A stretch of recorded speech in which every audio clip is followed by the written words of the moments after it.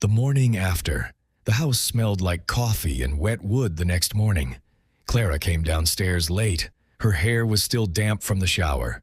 She wore one of her old oversized sweatshirts, the kind that used to belong to someone else in the family. She didn't look at anyone directly. Ethan was already at the kitchen island, scrolling through his phone like nothing had happened.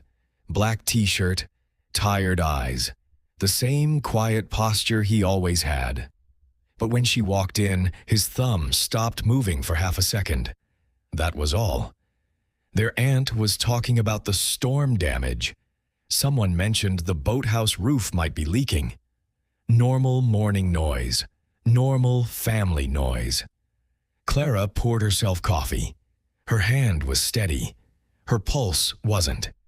She stood at the counter close enough that she could smell the faint scent of his cologne mixed with rain from last night.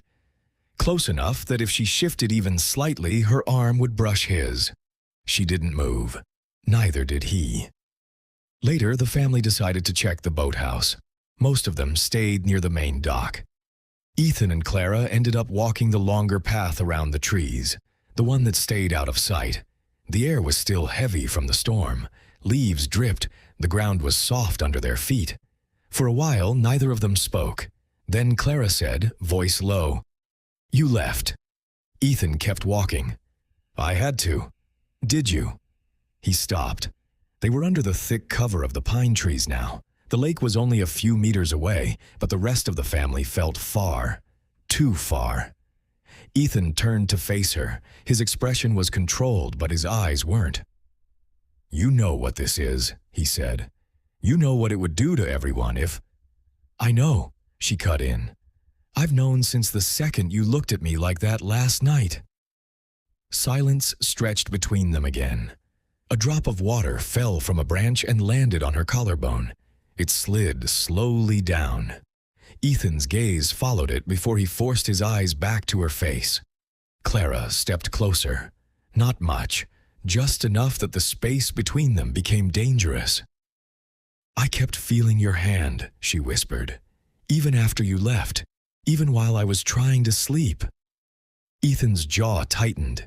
He reached up, almost like he couldn't stop himself, and brushed the remaining water from her collarbone with the back of his fingers. The touch was light, careful, gone too fast. But it burned. "Clara." His voice was rougher now. "If I stay this close to you, I'm going to do something we can't take back." She didn't step away. Instead, she looked up at him, eyes steady, and asked the one question that made the air feel thinner. "What if I want you to?"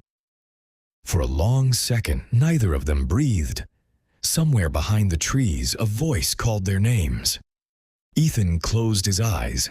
When he opened them again, the moment had already cracked. He took a single step back.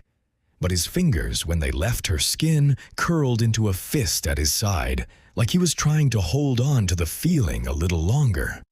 Clara watched him walk ahead toward the boathouse. She stayed under the trees for 3 more heartbeats, then followed. Her collarbone still felt warm.